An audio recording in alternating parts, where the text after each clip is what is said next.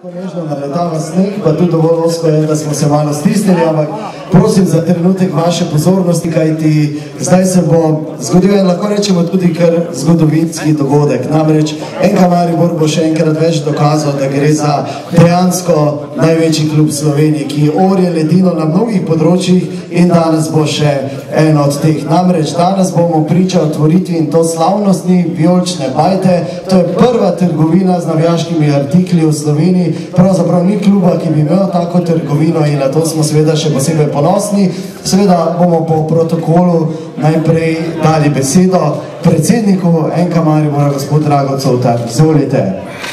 Lep pozdrav vsem skupaj, oziroma to, da je mrzlo, pa da smo nekaj malo čakali. Evo tovariša, ki je bil na treningu, pomeni, da je dobro delal, bom jaz zelo kratek.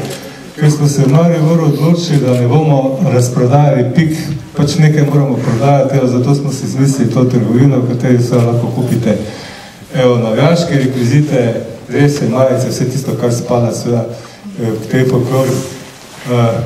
Še enkrat, lepo, da ste prišli, vse vabim seveda po Sloveniji, da se nam tu pridružite, predvsem pa v trgovini in vsak, ki bo šel noter na nekaj nepošteno plača. Hvala lepa. Sicer je zavarovano, ampak hvala lepa, gospod predsednik. No, seveda pa bo nekaj besed še spregovoril podžupan mesta Maribor, gospod Milan Mikl. Hvala lepa, lepo pozdravljeni vsi ljubitelji nogometa, igralci nogometnega kluba Maribor, iskreno pozdravljeni v imenu mestne občine Maribor, prenašam pozdrave tudi od župana Franca Kamlerja. Naj vam povem, da lokalna skupnost županom na čelu je ponosna na nogometni klub Maribor, ponosna je tudi na to, ne da je samo Maribor prva ekipa v Sloveniji. Maribor ima tudi prvi trgovino svojo z športnimi rekviziti in verjamem, da bo Maribor tudi ponovil svojo in bo letos seveda ponovno državni prvak, tega se bomo in se ga že skupaj veselimo naprej. Spoštovani predsednik, spoštovani igralci in spoštovani direktor, z nami je tudi podpredsednik Nogometne zveze Slovenije, tudi njemu pozdrav v imenu mestne občine Maribor. Hvala za povabilo, z željo, da bo seveda iz te trgovine večina Mariborčanov oblečena v te naše vijoličaste barve. Hvala. Hvala lepa, gospod podžupan.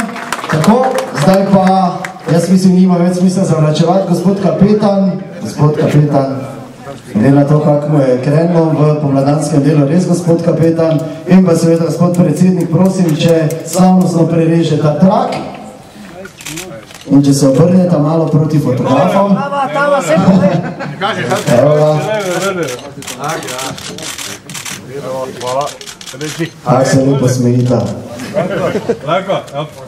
Evo ga, vijolična bajta je odprta, drage dame in gospodje.